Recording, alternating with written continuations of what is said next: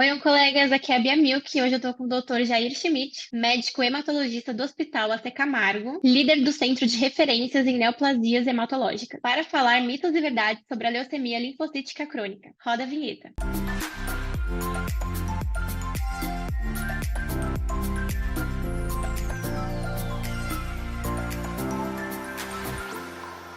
Doutor Jair, muito obrigada por mais essa participação aqui na TV Abrale. Tá ótimo, obrigado, Beatriz. É um prazer estar aqui presente mais uma vez. Então, para começar, doutor, LLC acontece só em idosos? Não, na verdade, o que acontece? Se a gente for parar para pensar, os dados populacionais mostram para a gente que a maioria dos pacientes realmente são pacientes idosos, né? Dados que a gente tem nos Estados Unidos mostram que a mediana de idade de diagnóstico da doença é de 72 anos e que pacientes abaixo de 55 anos são apenas 10% dos pacientes que são acometidos pela doença. Então, se a gente for considerar o grosso da população que é acometido pela LLC, realmente são pacientes numa faixa etária mais avançada. Só que não é tão infrequente a gente encontrar assim, e geralmente, como os pacientes mais jovens, a gente tem que ter um olhar um pouquinho mais minucioso aí, justamente porque são pacientes que a gente quer que eles cheguem com a expectativa de vista o máximo possível da população geral, são casos que normalmente são bastante marcantes aí para todos nós. Então, o que a gente diria é, ela é mais comum nos pacientes idosos, porém ela pode acometer pacientes mais jovens que a gente costuma ver aí mais ou menos por volta dos 40 anos. A LLC é o tipo de leucemia mais frequente? Sim, ela é o tipo de leucemia mais frequente que a gente tem aí nos países ocidentais, né? Que é onde a gente consegue ter esses dados aí levantados de uma maneira um pouco mais correta. Entre todos os tipos de leucemia, sim, é a mais frequente que a gente tem. Doutor, o hemograma do paciente com LLC fica branco? Na verdade, não é que ele fica branco, ele aumenta a quantidade de leucócitos, né? Muitas vezes, por exemplo, quando você vai pegar um tubo no laboratório de um paciente LLC, por mais que ele esteja com uma contagem de leucócitos maior, ele não chega a mudar a sua coloração.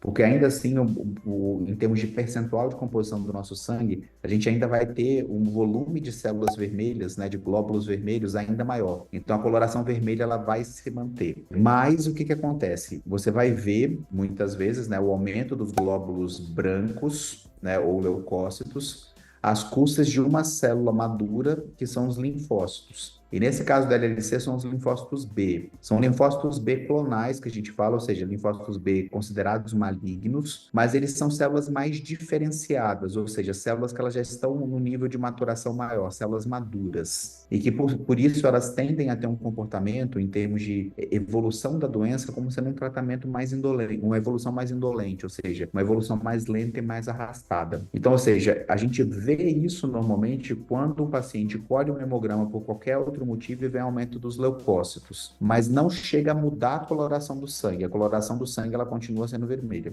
Tá gostando desse conteúdo? Se inscreve aqui no canal para não perder nenhum vídeo.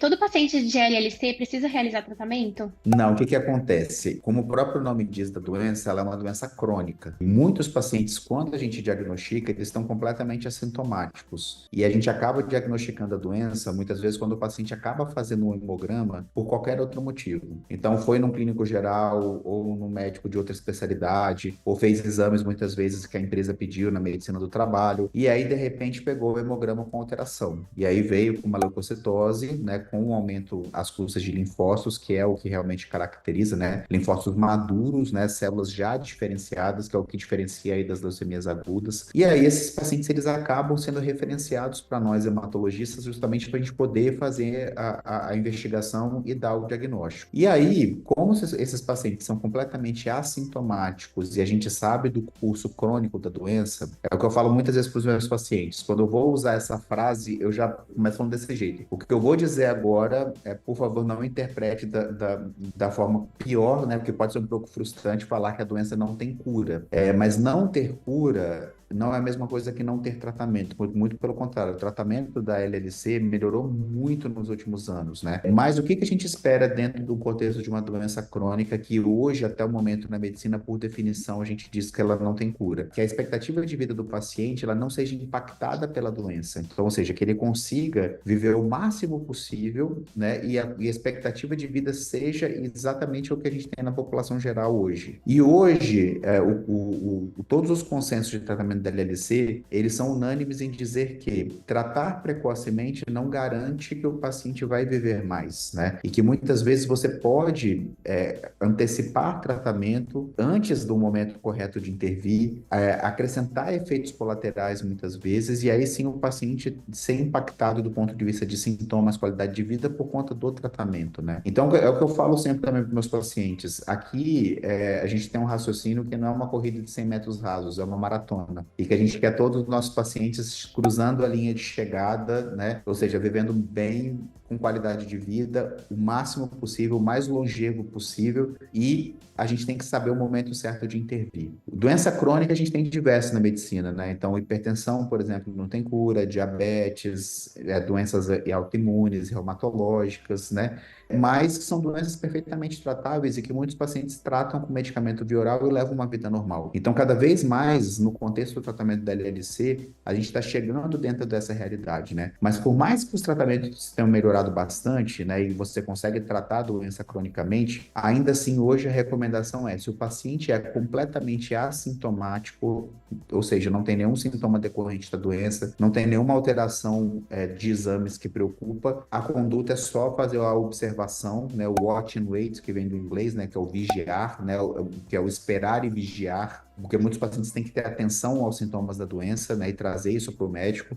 Então, hoje a conduta é essa, se o paciente está completamente assintomático, não tem nenhuma alteração que preocupe, e a gente acompanha de perto para, se por um acaso ele evoluir com indicação, aí sim a gente intervém. Perfeito, doutor. A LLC é mais frequente em homens ocidentais? Olha, de uma maneira geral, sim, né? Porque, assim, quando a gente coloca aí, na verdade, em termos de dinâmica, né? A gente tem muito mais dados do mundo ocidental do que realmente de países orientais, né? Mas quando a gente fala que é o tipo de leucemia mais frequente do mundo ocidental, vem justamente por isso, né? É onde que a gente tem mais dados aí, principalmente dados dos Estados Unidos e da Europa, mostrando de fato as características aí da população. Mas a gente também tem dados aqui do Instituto Nacional do Câncer, né, que traz aí também dados aí interessantes para a gente na população brasileira, e eu acho que cada vez mais aqui no Brasil também, a gente também tem se dedicado em entender o comportamento da doença a nível populacional. LLC pode virar LLA? Olha, é extremamente improvável disso acontecer, né? Porque aqui são raciocínios de doenças completamente distintos, né? E se acontecer, a gente vai estar sempre pensando que talvez o paciente tenha a concomitância de duas doenças diferentes, e não uma doença levando a outra. O que que acontece? Normalmente, os pacientes de LLC, assim como pacientes de linfoma de baixo grau, né, como, por exemplo, linfoma folicular, linfoma de zona marginal, ele pode virar um linfoma de alto grau, mas não uma LLA. Então, muitas vezes, o que isso quer dizer? Na LLC tem até um nome próprio para isso, né? Um epônimo, que é a síndrome de Richter. Então, a síndrome de Richter, ela quer dizer isso, na verdade, assim, quando você tem uma doença de curso indolente, como LLC, tendo um comportamento agressivo, normalmente ele é muito mais a nível de doença linfonodal, ou seja, de gânglios, né? Um comportamento muito semelhante aos linfomas de alto grau, e quando você faz a biópsia, você vê que ele tem achados sugestivos do linfoma difuso, que é o tipo de linfoma mais comum que a gente tem agressivo. O que a gente encontra na LLC é mais isso, né? Uma transformação para o linfoma de alto grau, que a gente dá esse nome chamado de síndrome de Richter, que aí a gente vai tratar como a gente trata os linfomas de alto grau, considerar fazer transplante de medula óssea e outras questões aí também. Doutor, obrigada. Essas foram as perguntas de hoje. Maravilha. Bom, Beatriz, foi um prazer mais uma vez a gente contribuir aí com essa conversa sobre Informação. câncer. E eu acho que é bem importante isso, assim, para todos os pacientes terem essa consciência, né? Que não importa como que descobriu o LLC, se descobriu e está mantendo a observação, ou se descobriu já precisou tratar porque estava tendo sintomas decorrentes, entendeu? Então, cada vez mais a medicina está evoluindo. Então, o jeito como a gente trata a LLC hoje é completamente diferente do que era 10 anos atrás, por exemplo. E assim vai sendo com o passar do tempo, né? Cada vez mais a gente está descobrindo medicamentos que são mais eficazes, cada vez mais a gente está olhando para que sejam medicamentos mais tolerados, né? Menos tóxicos também, e a gente espera que realmente aí para o futuro a gente venha cada vez mais avançando aí no campo de desenvolvimento de novos tratamentos para LLC. Sim, ótimo. Que bom. Obrigada, doutor. Obrigado. Até a próxima. Foi um prazer. Muito obrigada por ter permanecido até o final. Curte, comenta, compartilha com aquela pessoa que você acha que precisa ouvir esse conteúdo.